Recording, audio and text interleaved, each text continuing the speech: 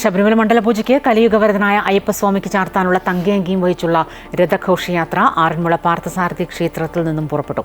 വിവിധ ക്ഷേത്രങ്ങളിലെ സ്വീകരണം ഏറ്റുവാങ്ങി 25-ന് വൈകിട്ട് ദീപാരാധനയ്ക്ക് മുൻപ് ഘോഷയാത്ര സന്നിധാനത്തെത്തും.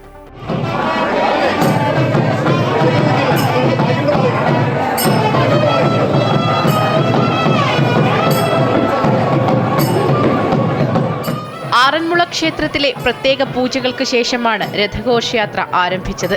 പുലർച്ചെ 5 മുതൽ ആറന്മുള പാർത്ഥസാരഥി ക്ഷേത്രത്തിൽ പൊതുജനങ്ങൾക്കായി തങ്കയങ്കി ദർശനം ആരംഭിച്ചിരുന്നു. നിരവധി ഭക്തരാണ് ഈ സമയം ദർശനത്തിനായി എത്തിയത്.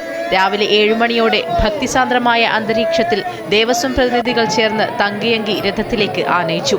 രഥം കടന്നുപോകുന്ന വഴികളിൽ ഭക്തർ നിലവിളക്കും നിറപറയും ഒരുക്കിയിരുന്നു. വിവിധ ക്ഷേത്രങ്ങളിലെയും ഇടത്താവളങ്ങളിലെയും സ്വീകരണങ്ങൾ ഏറ്റുവാങ്ങി 25-ന് വൈകിട്ടോടെ ഘോഷയാത്ര സന്നിധാനത്തെത്തും. സന്നിധാനത്തെത്തുന്ന തങ്കയങ്കി തന്ത്രിയും മേൽശാന്തിയും ദേവസ്വം ബോർഡ് ഭാരവാഹികളും ചേർന്ന് ഏറ്റുവാങ്ങും. തുടർന്ന് തങ്കയങ്കി ചാർത്തിയുള്ള ദീപാരാധന നടക്കും. 26-നാണ് മണ്ഡലപൂജ. തിരുവിതാംകൂർ മഹാരാജാവായിരുന്ന ശ്രീ ചിത്തിര തിരുനാൾ ബാലരാമവർമ്മ തങ്കം കൊണ്ട് നിർമ്മിച്ച് നടക്കിവെച്ച 450 പവൻ തൂക്കമുള്ള ആഭരണങ്ങളാണ് തങ്കയങ്കി.